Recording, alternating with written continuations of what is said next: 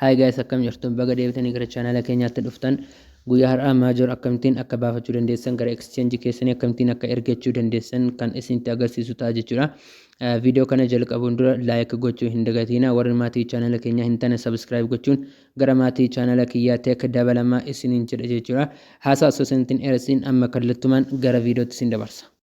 Kallattumaan gara telegiraamii keenya erga seennee booddee maajorii irratti open gochuudhaan gara maajorii keenya keessa ni seenna jechuudha. Sana booddee haala kanaatiin nuuf dhufa jechuudha. Kun kan garuma fuulduraatiin akkuma argitan claim rewards kan jedhu jira yookiin immoo airdrop kan jedhu gara gadiitiin jira. Claim rewards kan jedhu irratti tuquudhaan gara fuulduraatti ni dabarsitu. Sana booddee haala kanaatiin isiniif dhufa jechuudha. Airdrop criteria keessan haala kanaatiin isinitti agarsiisa. Gara gadiitiin immoo airdrop major isin qabdan isinitti agarsiisa. Continue jechuudhaan gara fuula kanaatti dhuftu. Kana booddee exchange fi non custodial wallet kan jedhu jira. Sana booddee exchange kan jedhu filattu jechuudha. Warri toonkippar irratti baafachuu barbaadan isa gadi gaafa inni baname isa irratti filattu jechuudha. Sana booddee continue erga jettanii booddee exchangeota haala kanaatiin isiniif fida. Kan barbaadan filattanii irratti godhachuu ni dandeessu. Ani ammaaf Bitgate filadheen Bitgate irratti tuqa. Sana booddee create account kan jedhu yoo account hin qabdan ta'e haaraa banatu yoo kanaas yes I have it kan jedhu tuquudhaan gara fuulduraatti dabartu jechuudha. Kana booddee UID fi adreesii isin gaafata keessaa baatanii gara Bitgate account keessanii seentanii UID keessanii fi adreesii keessan copy ni godhattu. Bakka xiyyaan isin agarsiisaa jiru kana ni seentu jechuudha. Erga Bitgate wallet keessan seentanii booddee jechuudha. Kana booddee UID kan jedhu bakka xiyyaan isinitti agarsiisaa jiru kana ni jira jechuudha. Isa irratti al tokko tuquudhaan copy ni godhattu. Erga copy godhattanii booddee keessaa bahuudhaan gara telegiraamii keessan ni seentu jechuudha yookiin gara maajorii keessan ni deebitu jechuudha. Kana booddee Bitgate UID kan copy godhattanii dhuftan bakka UID kan jedhu irratti maal gootu paste ni gootu jechuudha. Jalqaba irratti paste ni gootu jechuudha. Sana booddee gara gadiitiin deposit adreesii nu gaafata. Adreesii keenya deemnee copy ni godhanna jechuudha.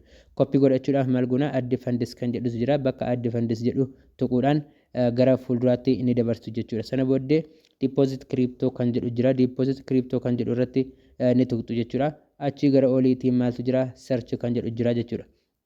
Bakka search jedhu irratti major jettanii search ni gootu jechuudha. Kana booddee haala kanaatiin major kan jedhu gara gadiitiin jira. Isa irratti maal gootu ni tuqxu jechuudha. Kana booddee maal gootu bakka xiyyaan isinitti agarsiisaa jiru kana filachuudhaan irratti ni tuqxu jechuudha.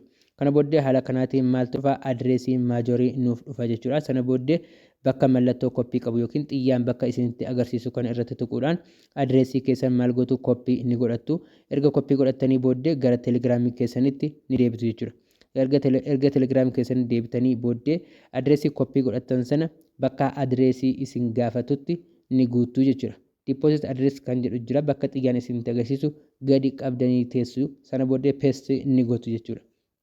Sana booda gara gadiitiin send kan jedhu jira. Send kan jedhu irratti ni tuqxu jechuudha.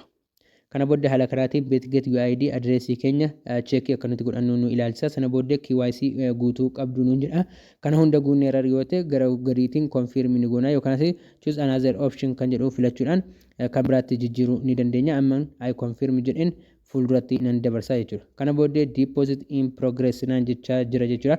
Okay jedheen gara fuulduraatti nan dabarsa jechuudha. Ammallee sana booddee akkuma asirraa argaa jirtan in processing naan jechaa jira jechuudha. Amma processing naan jechaa jira jechuudha. Haga November 28tti hinnaaf seenaa waan ta'eef obsaan eeggattu jechuudha. Kana booddee viidiyoon kun akka isinitti toleeru abdiin qaba. Viidiyoo biraatiin hamma walitti deebinutti nagaan naaf tura. Goodbye.